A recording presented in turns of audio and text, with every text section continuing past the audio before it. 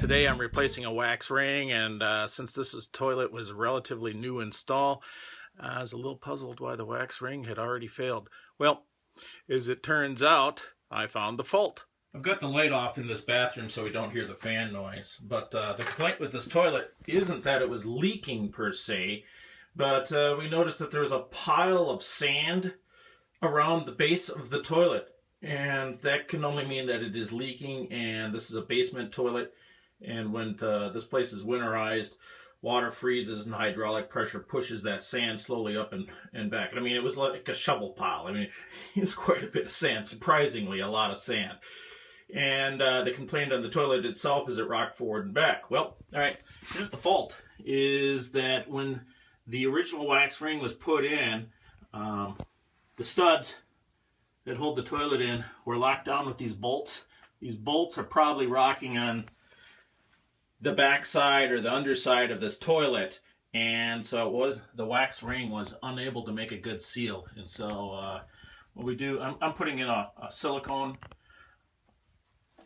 wax ring this time around. It should be better anyway, but instead of using bolts when these drains stand proud like this, in other words, it's standing off the floor, it's not even with the floor and it's not below the floor, we want to use these little plastic doohickeys here just to locate where the studs go.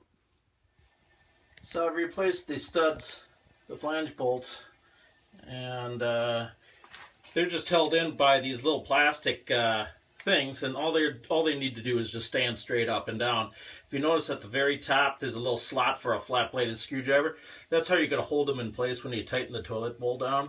And then you can see this is on the linoleum floor, and here's one of the shims, and right alongside here. And as the shim sank down into the linoleum, the weight stopped being shouldered on the shim and started getting shouldered on the old nut. So when you have a flange that stands proud like this on, sort of a softer material, you want to make sure that you use the plastic doohickeys to hold these studs in place rather than a nut. You can use a nut when you're even, or if you're down below grade on your floor. Okay, so I've installed my wax ring onto the sewer flange and plopped the toilet down, and I've put the shims in to level the toilet. And how I check that is just going cross. You can go side to side, and again, this is a horseshoes and hand grenades kind of a thing. Close enough is good enough.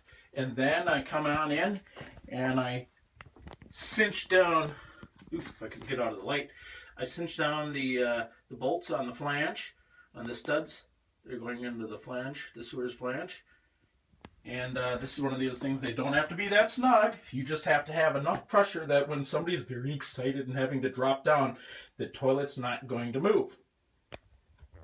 And then what my next step here is that I'm going to come by with this red magic marker, mark where I need to cut the flanges, or the shims rather, and then the job's done.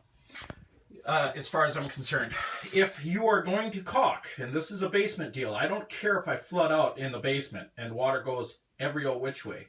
If you caulk around something, if you use plumber's putty, that's great. If you use a tile and bath caulk, you should be aware that if you ever have to take the toilet up, you're going to have to cut that stuff. You will not be able to pick the toilet up if you use a caulk. And you want to leave a gap on the back.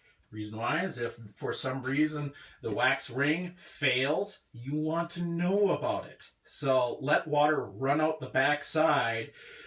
This is especially true on anything that's on wood joists. Frequently what happens is that wax rings fail and they start to rot out the wooden joists, and nobody knows about it because somebody caulked all the way around the toilet or put plumber's putty all the way around the toilet. That would be bad. So that's what I got to share with you, YouTube.